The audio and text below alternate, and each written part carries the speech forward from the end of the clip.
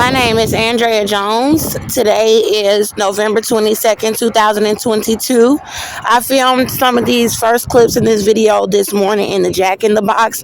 I couldn't get positioned that well in the booths, but the baby was moving. These other clips are from previous that I've been filming like over the past couple of weeks. But I want to tell you guys about a dream that I had yesterday before I had gone to the McDonald's. I saw myself inside the McDonald's and the Holy Spirit wanted me to ask black women if they would help me with food. And in the dream, I asked one black woman and she was like, well, I don't have it like that. But she gave me $5. And the Holy Spirit made me tell her that God is going to give you 5 times the amount that you gave me. So that would be what? 5 times 5 is $25. And then I had a dream this morning about my sister, my ex-stepsister. She was my stepsister, but our parents got divorced. Her name is Shanara Collins. And she came to me, or we were together in the spirit this morning, and Shanara was trying to blame me for the state that I'm in. And I was talking to her and I was like, Shanara, I know that you want to tell me that it's my fault, that you want to blame me. And she was like kind of looking like, yeah, that she wanted to blame me. Then I said he was abusing me, talking about my baby daddy, Austin Meador. He's Caucasian. And I heard him in self-defense. So they're abusing me and my baby, lying about my pregnancy. And when I said he was abusing me, it was someone there in the spirit that knew the evidence that he was abusing me, and they wanted me to clarify with Shanara that he was abusing me, Shanara. And she didn't want to hear it. She wanted to keep trying to blame me. So I just stopped talking to her. But before I did, I said, if you want to blame me for anything, maybe I made some bad decisions, but it's just the fact that maybe I didn't have enough money. I didn't make sure I had enough money to be able to get away from him. So the Holy Spirit was saying that he was abusing me, but the only bad decision that I made was not making sure that I had enough money to get away from him. So I was like, I know you want to blame me. I know I made some bad decisions. He was abusing me. And I said, you want to help who you want to help. And you don't want to help me. And she was shaking her head like she didn't want to help us. Like she didn't want to help me, and I'm pregnant. So that's when the Holy Spirit just kind of prompted me, don't try to continue to try to talk to her. Don't try to convince her of anything to try to get her to help you. So I want to give you guys a little history about Shanara's involvement with them lying about my pregnancy. Well, the entire ordeal with Shanara, it really goes back a long way, because my child's father was in prison and I was in an apartment with my little boy. Or I was pregnant with him. So he was in the county when I was pregnant with him. And then after I had my son, he went to prison. So he was in and out of jail. And I was in contact with Shanara Collins. She was in Atlanta. And I was here in Texas. I was telling Shanara that, I'm in this relationship with this abusive white male and he's abusing me. So as my sister, I felt like I could confide in her. And Shanara was basically telling me that you have to get independent of him and his family. You have to, save up enough money to be able to just be on your own. So that was pretty much like the last that I heard from Shanara before I heard him in self-defense. So when I heard him in self-defense after he was released from prison, there were 911 calls, there were witnesses. I did try to get away from him, but I didn't have the money to get away from him. So they had me in the Montgomery County Jail, and I contacted Shanara, and Shanara, her specific words were, that boy been trying to kill you. meaning that she was aware that he had been abusing me over a period of time and that it was sadistic. So Shanara told me that she was like, I have the money.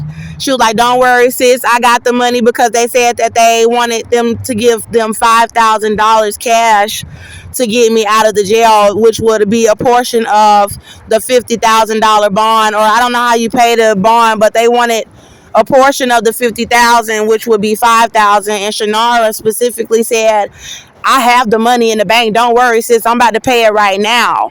So she did not pay it. And she finally answered the phone for me. She stopped answering my calls. And she told me, your biological sister. So now all of a sudden, it's like she was not my sister anymore. Shanara said, your biological sister said that she's going to pay it for you. I felt like it was very odd for her to say your biological. That's the exact word that she used over the jail phone. Your biological, meaning that I don't have any obligation to you. I'm not your biological sister, or your biological sister wants to help you. So I was like, okay, she was talking about Chakina Jones that's here in Texas that's leaving me outside with the baby in me. So I ended up getting on the phone with Chakina Jones, and Chakina Jones is my biological sister. We have the same mother, Tony Lachelle Ray, maiden name Marshall.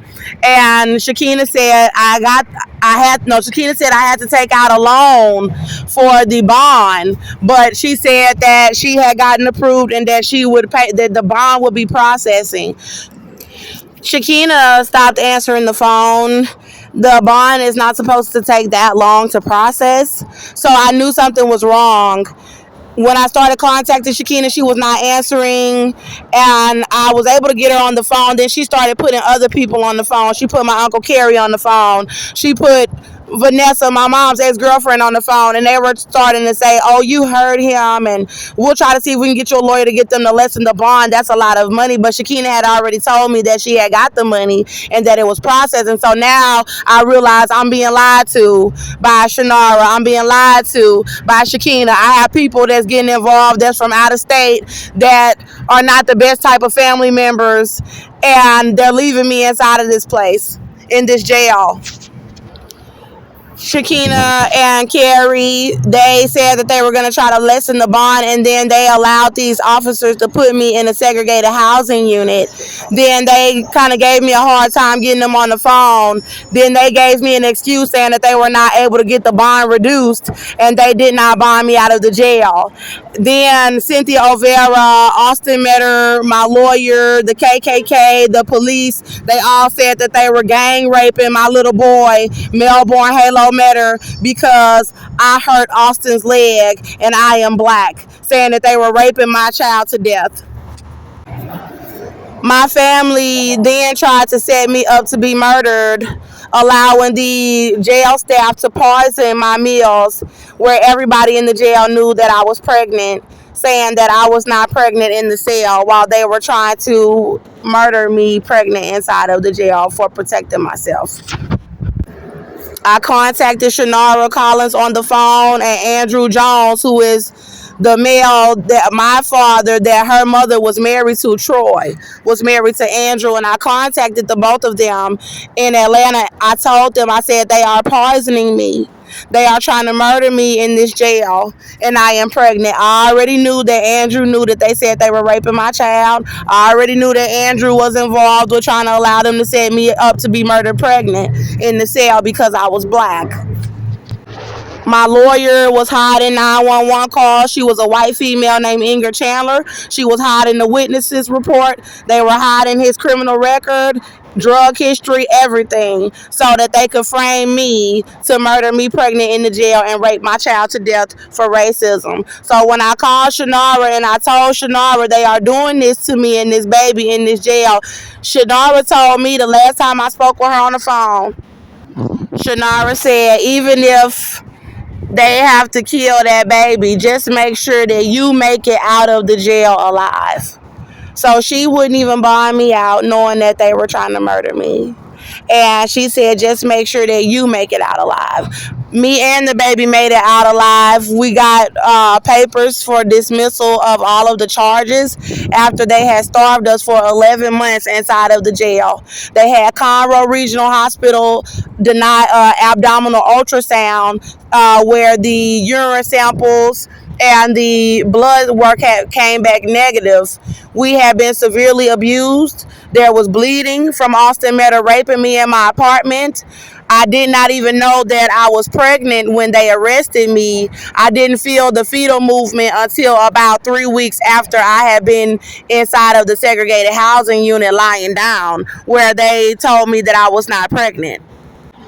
I told my lawyer, the investigator on the case. I wrote dozens of sick call slips requesting the doctor. And they tried to call me a mental patient inside of the cell while poisoning me, knowing that I was pregnant, telling me that they were raping my little boy. They told me that they were going to murder me and my baby that I was carrying, and they said that they were raping my child to death for racism, and my family would not bond me out of the jail. Being that I have been having bleeding, I did not know that the baby was alive when I was first arrested. So they denied me the medical care after I told them that it was alive. After I was released, they had all of the hospitals that I went to in Texas deny me an abdominal ultrasound with a fetal heart monitor. The hospitals were saying that I was too small for them to hook up the abdominal fetal heart monitor around my abdomen. They also said that the blood work and the urine samples were coming back negative. I did have a nurse use an ultrasound device on my abdomen in the jail, and she did confirm that I was pregnant. Once they sent me to the hospital lied about it. Then when I was released from the jail, all of the hospitals that I went to lied on the paperwork, saying that I was not pregnant after refusing me the ultrasound on the abdomen and the fetal heart monitor. So they did this 2019 and 2020, and by 2021 they were all abusing me, trying to cover up what they had done to me in the jail up until that point. Now I'm coming into 2022 having been severely abused, pregnant in the country with the baby still alive in me. They are continuing to try to do the operation with the women's shelters, the police, and gangs. I now have a multi-million-dollar lawsuit, which is something that God told me about. So I've been posting so many videos because I believe that I'm in danger. I believe that my baby is in danger. I know that my baby has been in danger. So I'm going to leave you guys some heartbeat recordings from my own fetal heart monitor that I purchased at the beginning of 2021. And I recorded the baby's heartbeat up until December 2021. And they continue to abuse us this entire year, trying to cover up that the baby is still alive. So I want you guys to pay very close attention to the months, the dates, and the time on these fetal heart recordings. The full video of all of the heartbeat recordings from February 2021 up until December 2021, I'm going to leave a link to that video in the description box below. I'm going to leave a clip of one of the heartbeat recordings that was from November 2021. I was in Spring, Texas, the Woodlands, Texas. They were staging me to sleep outside on benches, telling me that I could not sleep outside on the bench out there while I was trying to get to my son, that they said that they were raping in Magnolia, Texas, with Cynthia Olvera, my white baby daddy's mother, and Austin's adopted father, Joe Olvera. They also said that they were raping him with Austin Meador. Then they forced me to go to the Montgomery Women's Center from the Woodlands. The racist people here in the country are cyberbullying me, audio monitoring me as I'm recording this information pregnant outside. They started coming past, a fire truck started running sirens very loud past me when I stated that they were raping my child, that they said they were raping my child. that lets me know for the 100th time that the fire department is covering up the information for them that they said they were raping my child for racism. Also, the police department said they were raping him, which is why I know that the fire department is involved with trying to cover up the information.